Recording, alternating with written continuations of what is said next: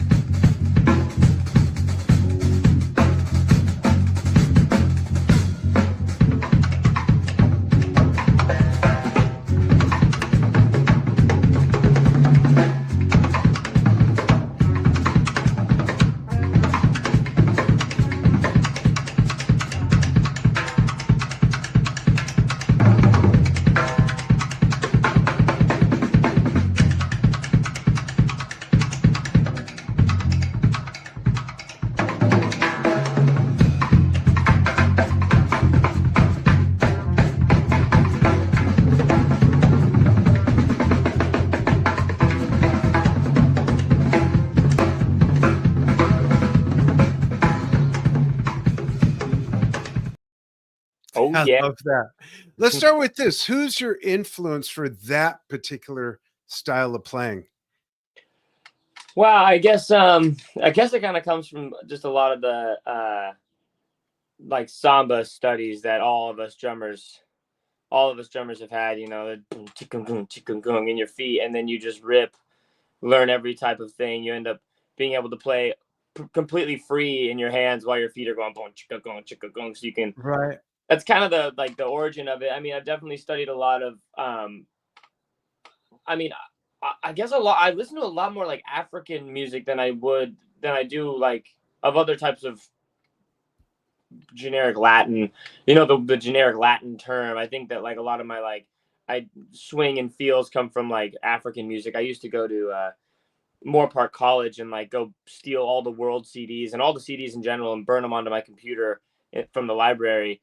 And I remember getting this one African CD that had like a bunch of different people. It was like a mixed thing, and like I just sank into that. I don't know if that That's really. cool. I noticed there's like a lot of West African influence in what you were doing right there. That was really cool. Yeah, definitely. That's like some of the stuff that I don't know. Yeah, it sank into me and is in there. I also played in a Nigerian church in Oh, Inglewood for like 5 years. In fact, I just where? Where in was it? Inglewood, Oh, in California. Inglewood. I was born in Inglewood. Whoa, Yeah. you must know him then. Right down right. Yeah. I On was born probably West, before it was there. yeah, it was on Western and Century. Yeah, I was born right down the street from the LA Forum.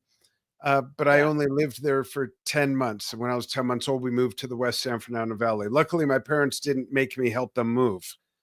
That came at 10 later. months old. Yeah. But that's cool. And then I'm going to show a couple other videos. And as we go through each one, I'll ask you kind of the same question. Who was the influence there? Who was the influence there? And then we'll talk about things in a more broader sense. So let's go to this one. I saw this video earlier. This is Tyler with Choppy Milkshake. Shake it up, folks. Check it out. Yeah.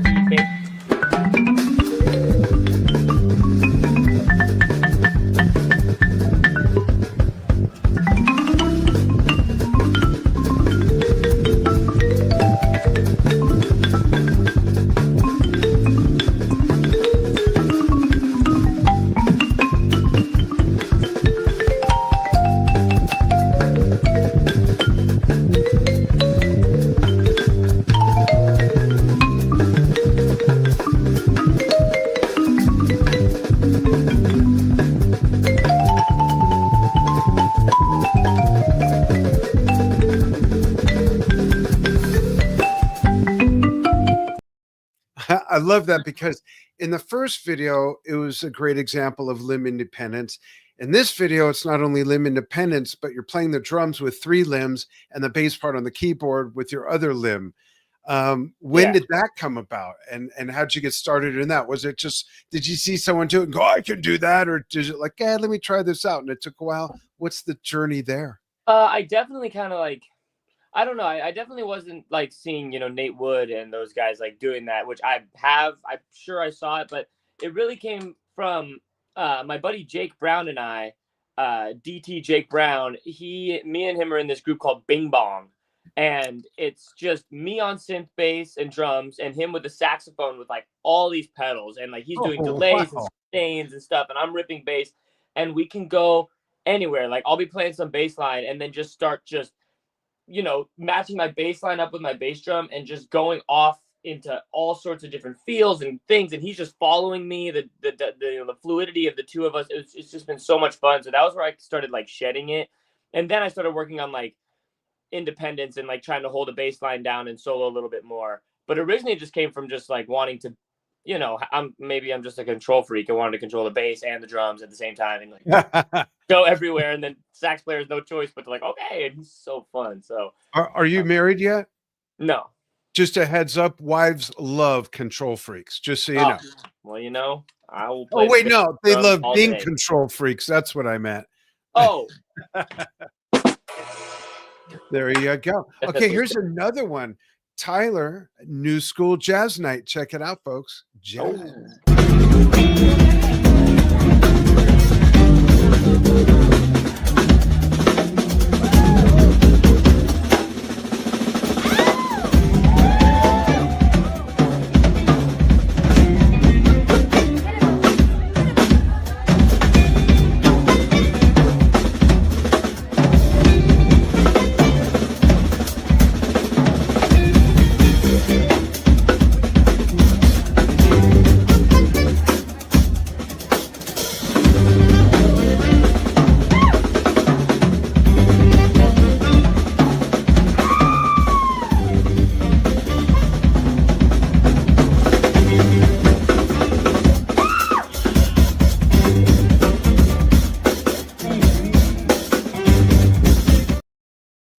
I love Yeah. that. It's so animated. I love it. Do you have any particular influences that are channeling through you on that style? Well, definitely. Say hi to Eduardo. Yeah, Definitely Eduardo. coffee, and you heard a little. I mean, there's like a little salt and peanuts reference in there. Yeah. But I think I was really just trying to, play super tight and throw the beat around and listen for melodies. Especially when I'm playing funk stuff. I feel like you have to kind of take the backbeat and like massage it into different rhythms. I'm not really sure. Maybe like a little bit of Ari Honig type of energy if I'm going for Oh, like yeah. that like particular pocket where you can really articulately play on the E or really articulately. But I don't know. I guess I was playing with the bass player Taiki, and he's like so funky and so tight. And after the whole show had been going on, I was just in this like funky tight energy and just I don't know, just trying to make sure all my triplets were coming real through and also when you get a drum solo and there's a figure in the background, you kind of try to go for like longer melodic ideas to get more of an expression, like try to break through that like constant, backbeat, Yeah. stretch it out. Um, but yeah, I guess I was just like feeling super tight by that, and I'm not really sure. I mean, like I studied a lot of David Garibaldi when I was younger, so I mean, I don't know if I was doing it justice. Like he's like way funkier than that, Yeah. in my He's opinion. so Like funky. so Yeah. funky. Like he's got all these different layers and textures going, and I'm just like hammering out some like E's and U's and groupings of threes and stuff. Yeah. That's But really cool. So before we show some more videos, when did you start? And is drums your first instrument? And what else do you play? Like, how does it all unfold from the beginning? drums were drums were not my first language, I guess. I guess it's very important for my musical inspiration and my career that I started skateboarding at 8, and I still am an avid skateboarder and like sponsored in doing that. So that's like a really big part of my inspiration, like for life and philosophy and anime and like art and things like that, which you can go into if you would like. But Sure. but regardless, I've always been messing around on piano and guitar a little bit. No one in my family's really musical. I'm not really sure how I found the drums, but it was at age 11 that I got my first drum set, and drum lessons. My parents got me a little electric drum set for a little while before that, but I start like when I was 11 on my birthday, got the drum set, got the lessons, like, and I never took lessons on anything else, but I've always been playing guitar and piano and bass and all sorts of other instruments along the way. Yeah, that's when that all kind of started, was like age 11. Cool. What kind of music were you into at 11? At 11, I was listening to pretty much whatever my dad would listen to, which was like the Pixies, Primus, you know, Green Day, oldies, Bella Fleck, and those kinds of things. Kind of like grunge and oldies and like some other kind of art stuff. Yeah. And then once I started getting into like drum lessons, my drum teacher gave me Medeski, Martin and Wood, and Dave Brubeck. And when I heard that both of those were in jazz as one, so far apart, I was like, okay, there's so much here that honestly seems more punk rock than Nirvana, you know what I mean? Did it like really open your mind to how wide the musical horizon is and what possibilities are in between to even come close to connecting them?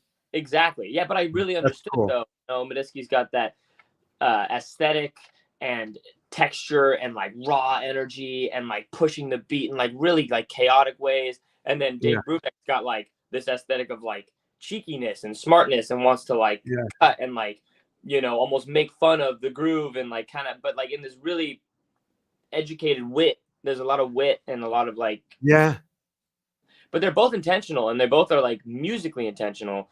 And I felt like that as an art form was so much more pure because there wasn't really any like poetic lyric like influence. It was just music, like strictly emotional.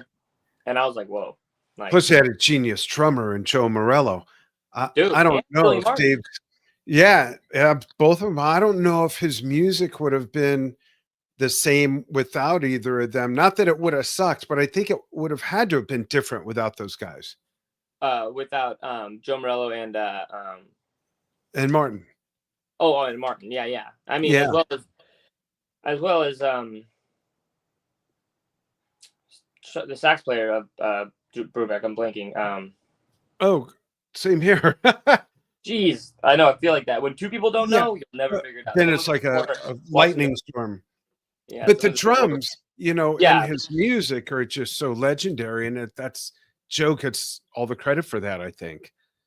Well, yeah, I think that you know, like Joe was like kind of like, I don't know, there's like a Lenny Tristano energy and like going on in that era, I think, where like people were like being so rhythmically intentional and like there was like, it was like, you know, before we had our massive, you know, dopamine epidemic, and we're kind of like, they were like studying in like really articulate ways, and like it was so intentional and so controlled. And Joe, I mean, obviously blew people out of the water as far as like intent, like technical, like light, precise stuff. But dude, you listen to the way Dave Brubeck plays. What's that one? I think it's Kathy's Waltz. I think in that one, he starts playing like they're in 3, and then he splits the 3 into 2, and then starts swinging double time, like almost 4/3, like just seamless, totally like metronomically perfect. And Joe is just sitting there listening to all that, lining up with the bigger quarter notes, not even the triplets. Those triplets and 16ths are like not at the same time at all. Right. But he's just like, that's one beat that lines up, and the next, and you can hear there's so much awareness of just Joe listening to Dave and like keeping it together while he's floating like this crazy thing. Paul Desmond. Oh, that's right. Yeah. Thanks. Would have woken up at 2 a.m. with that, blurting it out. I just woke up. That's cool. Let's show another video. Let's show Midnight Sun, and then you'll tell us about it, okay? Okay. Check it out, folks.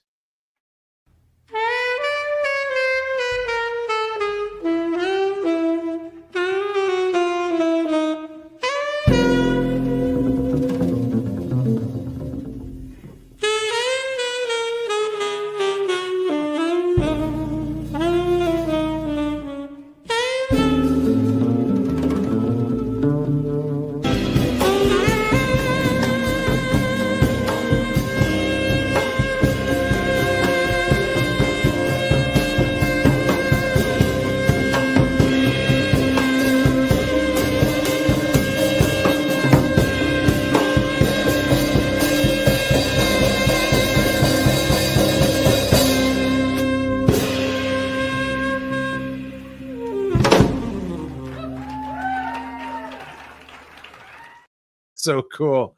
Tell us about that project. Woo, there's a lot to say about that project. So that band was the band that played every Thursday in Hollywood at Black Rabbit Rose for the first iteration of the Tyler Hammond Jazz Experience, which was put on by Fred Durst from Limp Bizkit. Oh, wow. So I met him at a jazz jam. I didn't know who he was. He had a half pipe in his backyard. I'm like, I'm coming to your house now. And so we met, and we put on this event that was originally called Fred's with a Z. And that was at Black Rabbit Rose. It was every Thursday night. And it went on for 5 years. Technically 4, because one of them was in COVID. But regardless. And it was like so insanely successful. Like Lady Gaga came and sat in with us. And Wow. all sorts of like, it was a huge like celebrity hang. It was like crazy, and it was absolutely crazy. And that band, it's got me, Jacob Cesny on saxophone, who plays with like every huge pop artist. Like he plays the freaking Super Bowl and records at Capitol Records every day, I swear. He's on sax, and then Alex Sill, he's like Alan Holdsworth meets like Steve Vai meets Pat Metheny, all rolled Wow. into one. And Danny Connell on upright, and he's like got this really like, he's so intrinsic. He's like Mingus and like all of these like Oh, wow. really, and like Les Claypool, and like really like heavy dude. But like they all came from these like very unique walks of life for me. Like I went, Jacob Cesny played at the Grape in Ventura, which I run that jazz jam still. And he was always around. That's where I met him. Alex Sill, I met in high school and when we did the jazz choir combo, and I learned so much from him. I learned so much from Jacob. And then Danny Connell, I was in this band Lavender J, and we wrote all this crazy odd meter music and stuff. And all 3 of them had such a deep vein of my life and experience, like individually with them. And it was like absolutely such a beautiful project. I recorded my Tyler Hammond Jazz Experience record. That's them. And Fred's even on it. Fred just raps on like the first song for like 2 seconds. It's pretty hilarious. And that's a pretty heavy band. I mean, like that was a time. That was something. And we went up. That was up in Ojai at this spot, and we just did a show there and at the Ojai Arts Exchange, and we just did it for fun, and because we're trying to record a little bit more, so we did that show, and then eventually I got them all into the studio before it all exploded. That's awesome. Yeah, that's cool. Let's show a couple more videos. These are excerpts of some streams you did. Here's the first one, folks.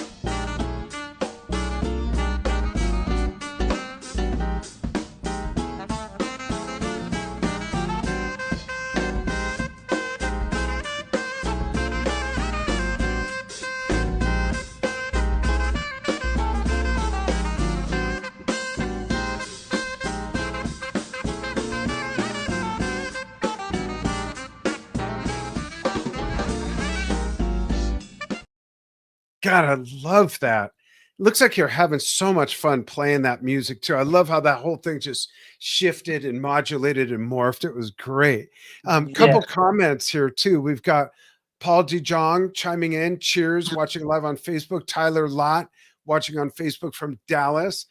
Drum Bragg all the way from, I happen to know, France, if you're still living there in France, Tim, on YouTube, says interesting conversation. And in regard to odd time signatures, he says, I've been listening to Don Ellis's Electric Bath from 1969. Great odd time signatures, really good stuff there. Yeah, that was great. I loved that. Let's see this other stream. and this one I did not watch ahead of time. So do you happen to know if this next one, excerpt 2, is from that same gig that we just saw, or is it something else? If it's got a ton of crazy lights, and I don't know. I haven't seen it either. Let's see. Yeah, sometimes our producer makes up his own names for stuff. Like, you should hear what he calls me.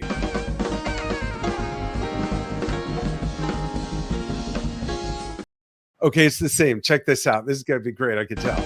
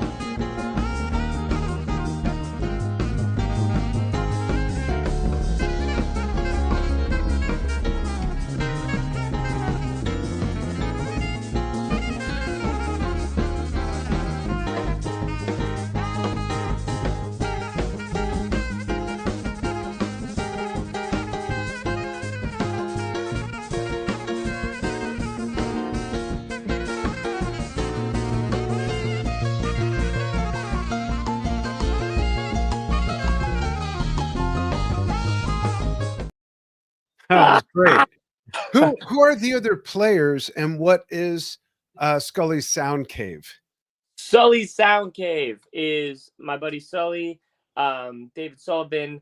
He is the coolest dude. He built this entire studio in his garage at this spot in Beverly Hills.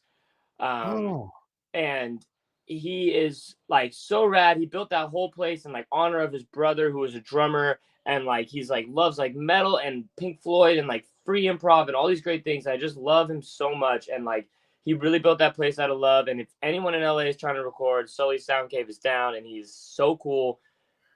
So there's that. Cool. Freaking legend over there. And then, dude, this interview is getting all the legends for real. Like on keys is Dylan Meek, who has his own music coming out. Please go check him out on Spotify. He's got this insanely spiritual record coming out that he's releasing like song by song. He's got 2 songs out, and I'm just like pissed that's not all out already, because like I just want to listen to the whole experience, but you know, marketing strategies. Anyway, he's a freaking genius. We go and we open up for bands sometimes together, duo. He plays synth bass and keys at the same time, and so we'll do duos where we kind of have that same amount of freedom. Yeah. And absolute burner. He plays like Bud Powell and like R&B soul and sings so freaking beautifully. And then the sax player is Jonah, who is a incredible vet who takes care of animals. And he's like, he actually just helped my girlfriend's dog out yesterday. And he goes to the jam up at the Grape a lot, and just like the coolest, sweetest dude, absolute brilliant person, like literally like a doctor of animals, and then goes and rips on the saxophone. Like that's and great. plays with so much passion and so much. He's such a sweetheart. He's got so much love. It's like that dude's just like a legend in his own way. You know what I mean? That's awesome. That's cool. We love furries. We've got 3 dogs and 2 cats, and Steve, our producer, has a dog too. And you know those vets, man. You gotta have a good one who's like, really knows what's up and takes care of them, because man, that's a heavy job. It's heavy. Yeah. Oh yeah. Cool. Here's one more video we have. This is rock climbing.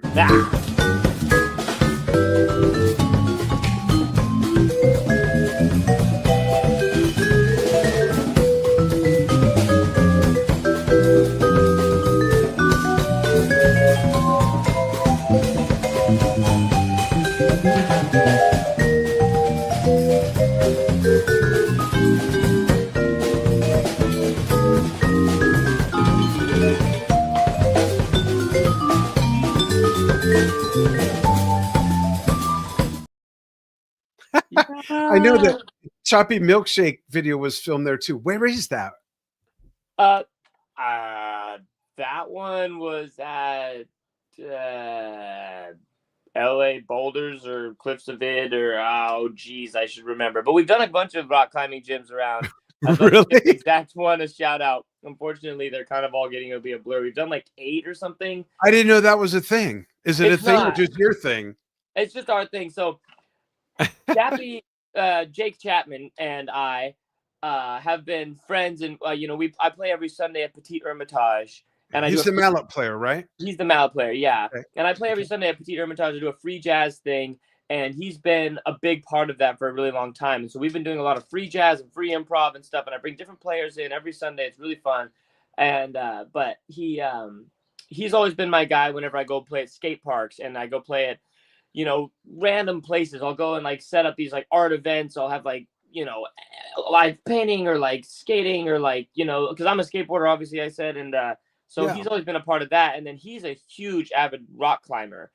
And so when he started playing at those gyms, like we definitely have like a bond of like free improv and like playing in creative spaces. Yeah.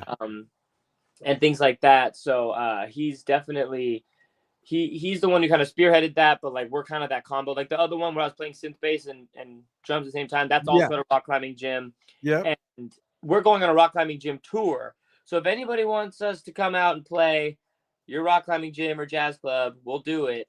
That is so cool. Yeah. That's so we're awesome. kind of it's just fun and we like it's really something that we do out of the love of it and the art form. Like I feel like a big part of jazz is to like perform in social situations and new social situations and environments are really inspiring for your creative process as an improviser. Absolutely. That was great. And from the comment section, Drum Brag says yes, encore in France. So he's still in France. And Enzo Drummer Boy, who's 9 years old, says hi from Rome, Italy. Very nice. Thank you. Ciao, ciao. Thanks for chiming in.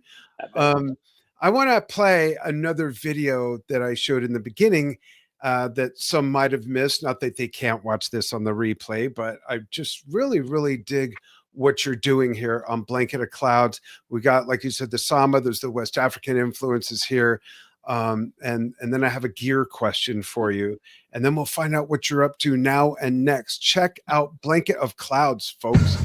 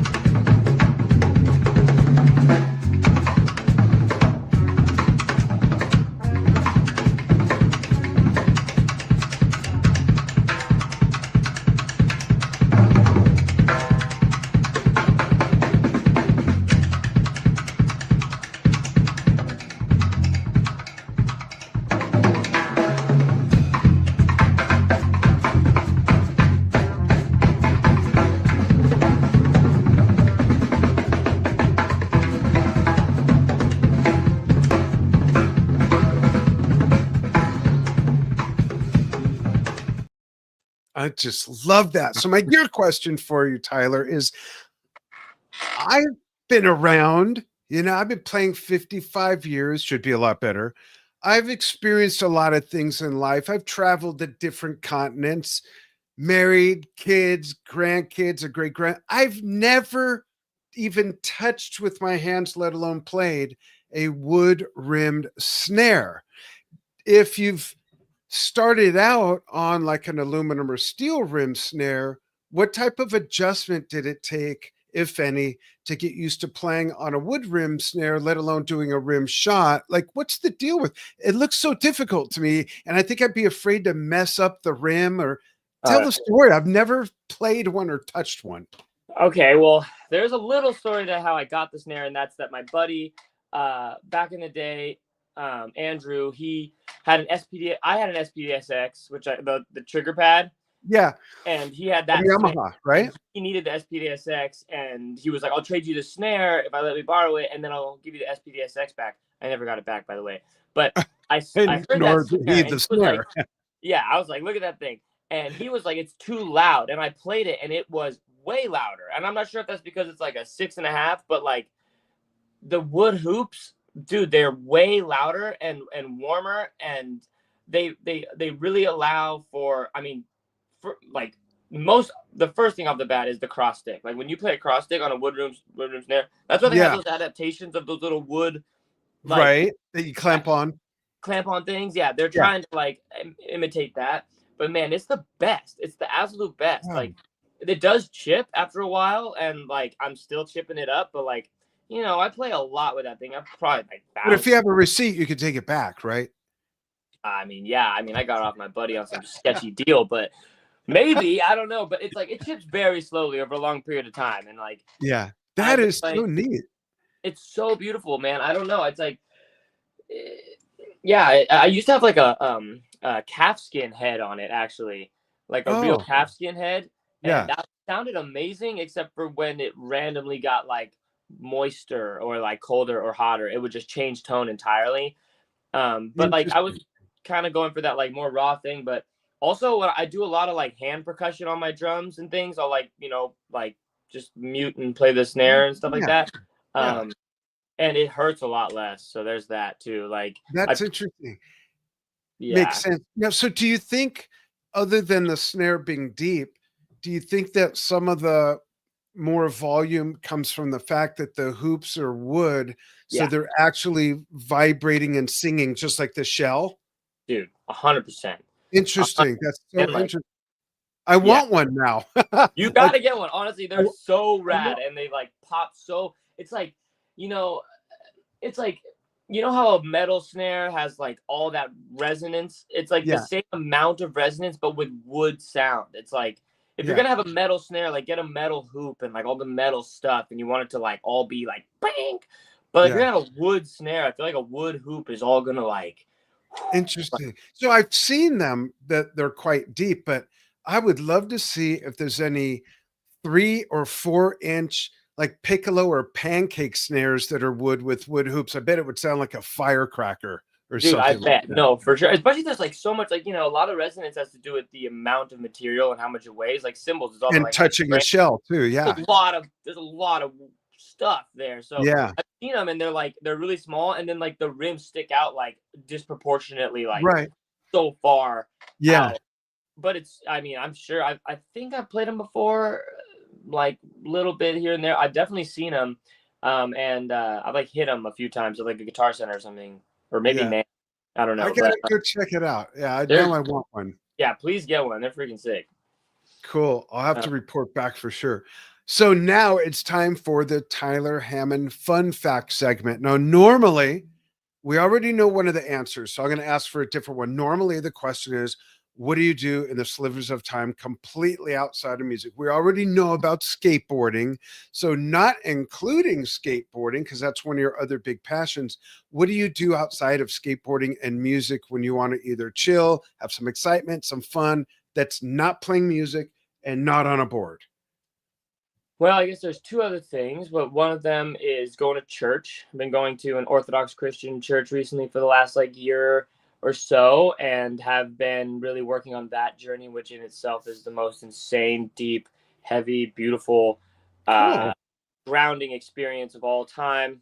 So if you want to check out an Orthodox church near you, you're gonna get sent. That's great that you have that whole other community, right? Outside music and boarding. Yeah, and it's like a whole like I feel like in music and boarding, there's you can get really wrapped up in what people think and pride and things and like all this material stuff and crap and things, and then like to go Yeah. somewhere where like you like you're trying Yeah. to like die to the world so that your spirit can live. And as an artist, I feel like our main responsibility is to do what's right because we have unorthodox jobs. We have weird jobs that don't require anything but for us to do what's right. And if you do what's right, you're going to be more successful, because that's people are going to believe it. It's going to be like, so Yeah. taking that time to like meditate and like write and like read and those kinds of things is like super important, because I'm the type of guy that would just wake up in the morning, skate and gig all night, go back to sleep for months on end, and then lose my entire mind. That's cool. 'Cause Sounds like you're getting your just the right dose of grounding and humility mixed in with your art life and everything. said the word, man. Humility is the word. That's heavy. Yeah. That's awesome. Folks, before Tyler and I say goodbye, we're going to treat you to one more replay of a clip in case you missed it, but also just because I'm the boss for these 5 minutes and I say so, and I like it. So check this out.